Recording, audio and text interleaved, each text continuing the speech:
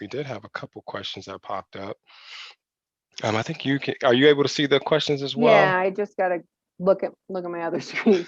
Has there been a lot of time to learn from experience? What is the number one tip you'd give a grower just setting up in a newly legalized state? So with basically the question is, with all the time and experience that Colorado has to figure this out, what is the number one tip to give to a grower setting up in a newly legalized state? And that is, take a step back and plan your facility. Think about from the start where you want to put that investment money. It might make sense to upgrade the HVAC system before you ever put in lights or plants. It might make sense to, if you design your facility together, think about the interplay of systems. If I have a certain lighting spectrum, it's going to bring up my heating load, it's going to bring up my humidity load, things like that. Think about insulation as well. I think that's one of the things that I see the most as a deficiency, is people focus so much on their equipment and their systems that they forget that you can really optimize your systems and your existing loads if you just seal your environment a little bit better, if you just have some insulation, if you have white walls that reflect the lighting back on your plants. It actually makes a really big difference versus if you were, say, had cinder block walls that you just left that way, that don't have good insulation, don't have good, reflectivity, things like that. And then, are there ways to benchmark sustainability or energy efficiency, comparing one cannabis business over another? Is there a company that is leading the way in sustainability? So sustainability benchmarking, it's an ongoing issue. We have our effort here at the state. I showed you that slide where we talk about our benchmarking tool. We call it the blooming benchmark, because as more people input their data, the more powerful it will become, the more we can learn from it. So that's why we called it the blooming benchmark, because as it grows, we're going to learn more. And then there's also a nonprofit out of Oregon. They're called the Resource Innovation Institute. They have a tool called the Power Score, where cultivators can enter their data, and then they basically get a report back that says, like, percentiles. You're in the 98th percentile of everybody else that's reported their energy data to us. So that there is some efforts. And then, is there a specific company that's leading the way in sustainability?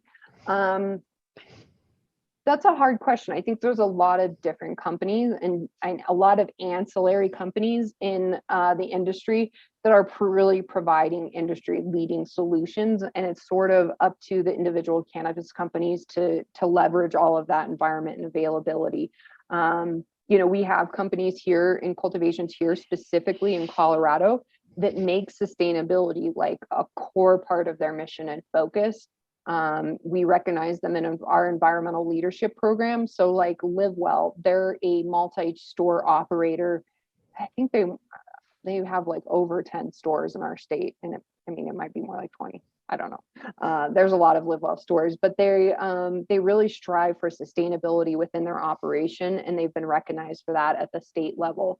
We also have like smaller growers who've also been recognized. Smokies, a 420 house, they're up in northern Colorado.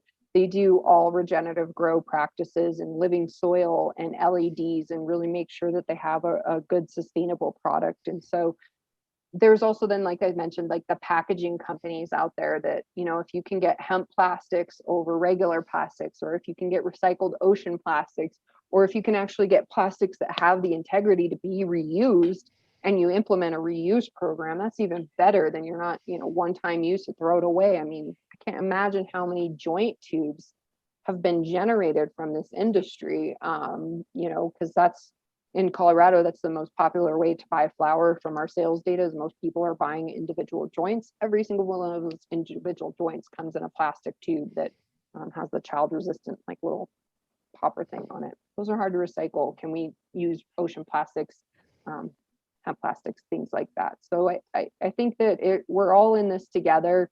And there's also a lot of room for brands to adopt sustainable practices. And if you do, communicate that to your customers. We really see that customers find a lot of value in voting with their dollars.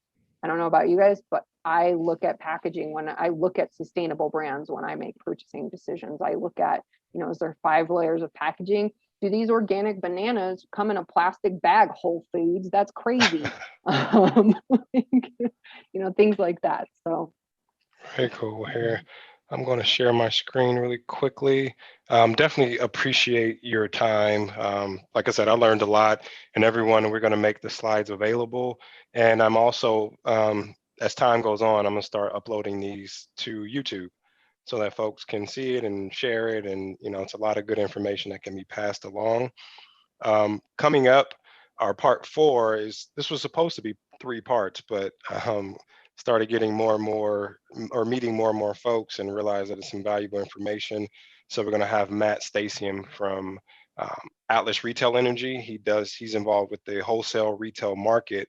So you don't have to be stuck with your utility. You can actually buy power elsewhere, and he's going to show you how to do it. So thanks, everybody. Kaitlin, I truly appreciate you. And if you could, can you share the information on the CO2 capture technology, so that I can share that with folks so that they can reach out to their local brewmasters to try to make this happen as well?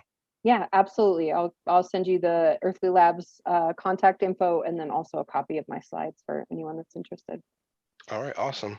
All right, everyone, have a wonderful weekend.